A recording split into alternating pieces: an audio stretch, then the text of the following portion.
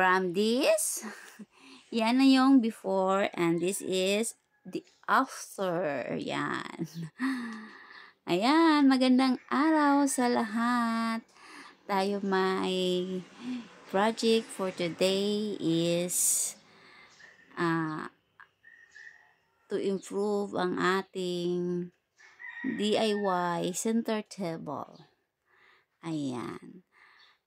Tayo yung mga mami. Ayan po guys, yung holder ng ating sandpaper. Yan po ay in-order ko lang po sa Orange app. Ayan, maganda siyang gamitin kasi naka-hold talaga ng maayos yung kanyang sandpaper, tapos flat na flat siya. Pag ginamit mo na siya, ayan, smooth na lang ang iyong pagliliha sa surface ng kahoy o plywood o ganyan. Ayan, maganda siyang gamitin guys. Kung gusto nyo pong ganyan, ilalagay ko po siya sa comment section yung link kung saan ko siya in order. Ayan guys. Yan po talaga yung para tayo makatipid. Yan. Gagawa na lang tayo ng mga improvise na gamit natin sa bahay. Ayan po. Dahil sa sobra ng mahal ng mga bilihin sa ngayon at kailangan na nating higpit ng mga gastusin. Ayan, kailangan na yan. Yan ang yung first coating natin. Nagkuha lang ako ng mga yung patapunan na medyas. Patapunan na medyas yan. Yan. Pupunasan lang na natin yun ng first coating bago natin siya iba-brush. Para yan, para malagyan lahat. At ma-absorb ng plywood yung ating varnish. Varnish lang ang nilagay ko diyan guys. Ayan. Pahid-pahid lang para ka lang ding nagpupunas ng Ayan, parang pinupunasan mo lang siya.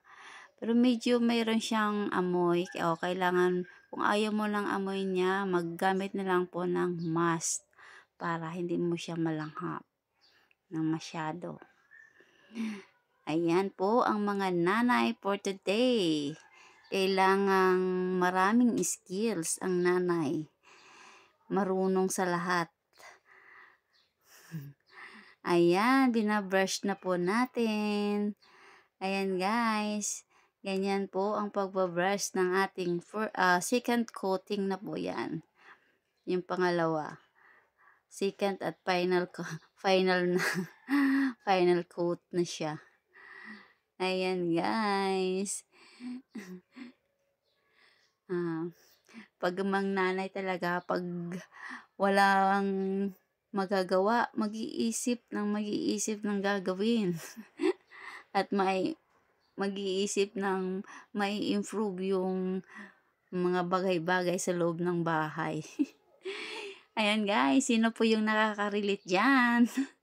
Please comment below. Please like and share. Thank you po sa inyo. Ayan. Iba-burst lang siya ng ganyan. Ewan ko lang kung tama ba yung stroke ng aking pagbabrush.